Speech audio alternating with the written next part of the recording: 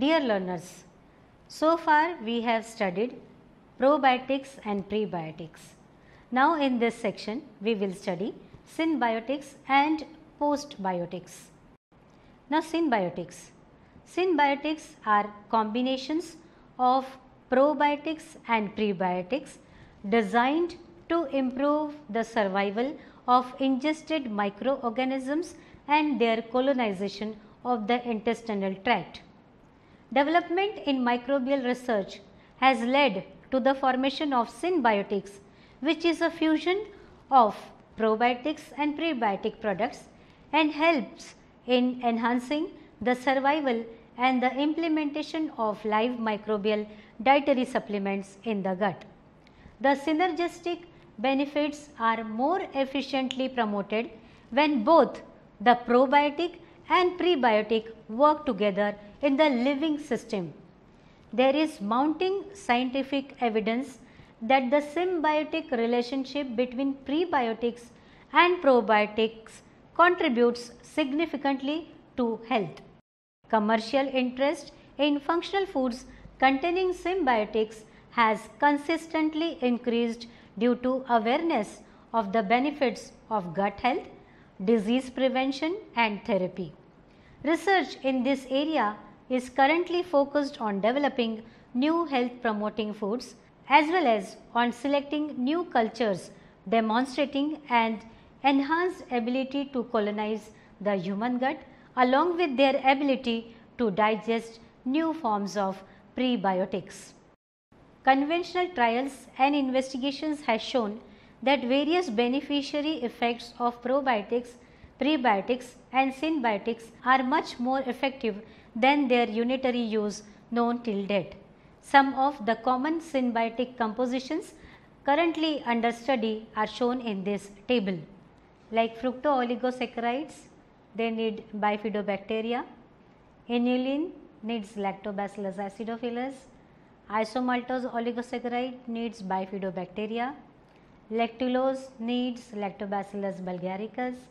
Lactosucrose needs Zymonas mobilis. Xylo-oligosaccharides needs bifidobacterium. Galacto-oligosaccharides needs bifidobacterium longum. Fructooligosaccharides need bifidobacterium bifidum. Arabinoxylene and ariboxylene oligosaccharides, they need bifidobacterium species, and resistant starch, they work better with bacteroides and Eubacterium rectal. Dear students, you will be learning probiotics and prebiotics as separate units, but an attempt has been made in this module to give you an insight of how these probiotics and prebiotics will work synergistically. Now we shall study the most recently included term along with probiotics, that is postbiotics. Recent data suggests that bacterial products in the absence of viable organisms may have similar effects on signaling pathways and barrier function. These bacterial products are broadly categorized as postbiotics and can be defined as non-viable bacterial products or metabolic byproducts from probiotic microorganisms that have biological activity in the host.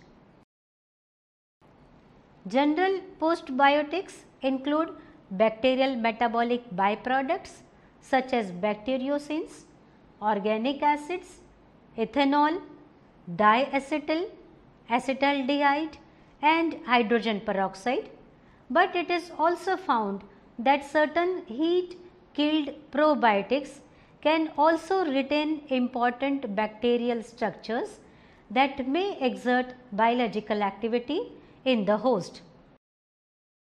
Research shows that these metabolic products have a broad inhibitory property toward pathogenic microbes and therefore can be used as an alternative to antibiotics.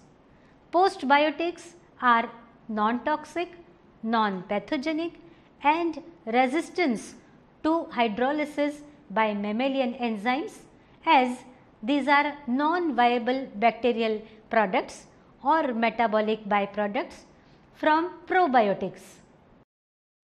In some instances, postbiotics can also enhance barrier function against species like Saccharomyces boulardii and improve angiogenesis in vitro and in vivo in epithelial cells by activation of A2B1 integrin collagen receptors. Similar properties have also been identified in several other probiotic species of Bifidobacterium breve, Bifidobacterium lactis, Bifidobacterium infantis, Bacteriocides fragilis, Lactobacillus and Escherichia coli. Let us conclude. In this section, we have studied synbiotics, wherein prebiotics and probiotics work together, and we have also studied probiotics. The human gastrointestinal tract is colonized by a complex ecosystem of microorganisms. Intestinal bacteria are not only commensal, but they also undergo a symbiotic co-evaluation along with their host. Beneficial intestinal bacteria have numerous and important functions. For example, they produce various nutrients for their host, prevent infections caused by intestinal pathogens, and modulate a normal immunological response.